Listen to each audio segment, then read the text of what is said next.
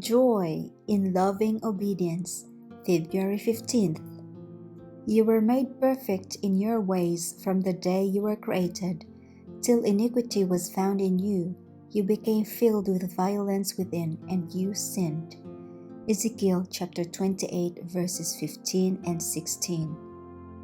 So long as all created beings acknowledged the allegiance of love, there was perfect harmony throughout the universe of God. It was the joy of the heavenly host to fulfill the purpose of their Creator. They delighted in reflecting His glory and showing forth His praise.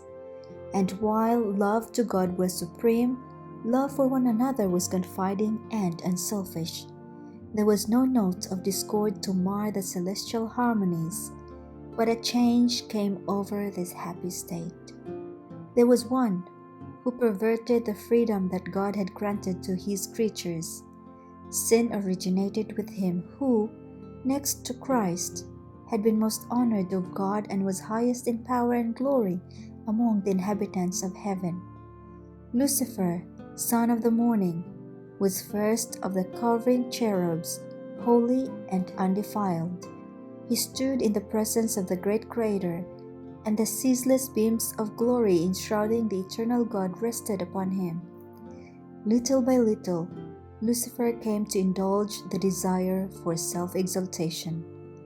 Though all his glory was from God, this mighty angel came to regard it as pertaining to himself.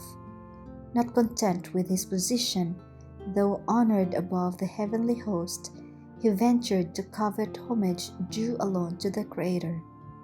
Instead of seeking to make God supreme in the affections and allegiance of all created beings, it was his endeavor to secure their service and loyalty to himself.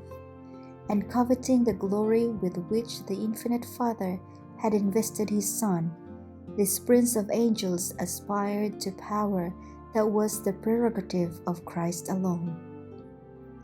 The law of love being the foundation of the government of God, the happiness of all intelligent beings depends upon the perfect accord with its great principles of righteousness. God desires from all His creatures the service of love, service that springs from an appreciation of His character. He takes no pleasure in a forced obedience, and to all He grants freedom of will, that they may render Him voluntary service.